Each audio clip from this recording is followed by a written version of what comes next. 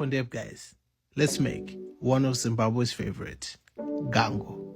Now I had a dish at number 1. Gango is one of the most adventurous dishes you can make for yourself because you can use any of your favorite meat. Just make sure you cook the meat that takes the longest to cook first, adding at each stage. So make sure your chicken gizzards are parboiled, otherwise they'll be rubbery. Then mix all of them together, brown them, they should look like this.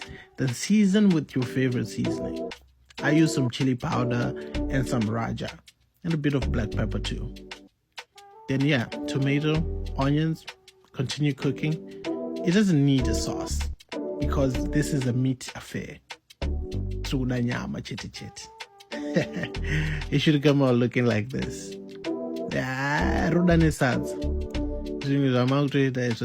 Drama.